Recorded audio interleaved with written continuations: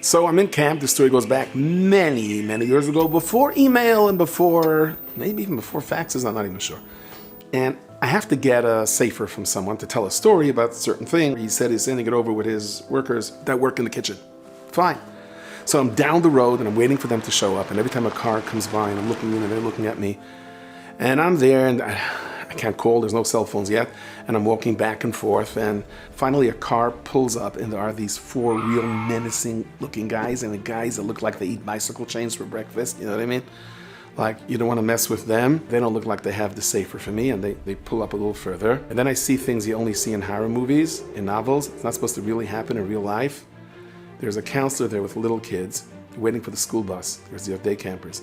It looks like they're asking him directions, and he points.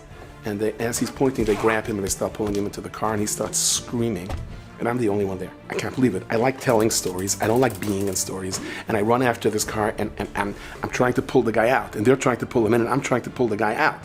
And at one point, I just yank him out, and we both fall into the mud, and the car takes off, and my heart is racing 1,000 times a minute. And by now, the whole camp is converging. Everything is happening over here, and I'm laying in the mud, and this guy's laying next to me, and I'm thinking to myself, I just saved this person. I can't believe I did this. I saved this person. I get up, and the head counselor's there, and he gives me this angry look, and he calls me over, and he says, "You just killed a color war breakout. Who asked you to mix in?" They didn't tell me it was a color war breakout. So I was the laughing stock of camp, okay? And to add insult to injury, these guys came back and said, "Don't think that you out-tug-of-warred us." It wasn't part of the script. We didn't know what was happening, so we just let go. So anyway, a friend of mine comes over to me. I'm in every comedy skit in this whole camp, and someone says to me, "You know, I envy you." I said, "What do you envy me about?" I said, "There you are, you're all alone, and you took on these four guys to try to save someone." I said, "You know, he's right. If you would have told me, Schechter, get down there and patrol, and if you see four thugs come trying to kidnap someone, fight them off." Yeah, me, right, sure. Guess what I did it? I thought I was doing it. Why? Because I was the only one there. If we take every Nisayan in our life and we say, it's only me, I'm the only one.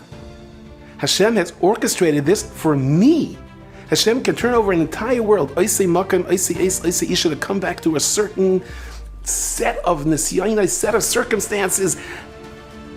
And you have to. You have to stand up to the Nisayan. And you can! You gotta believe you can! Because if you know it's only you,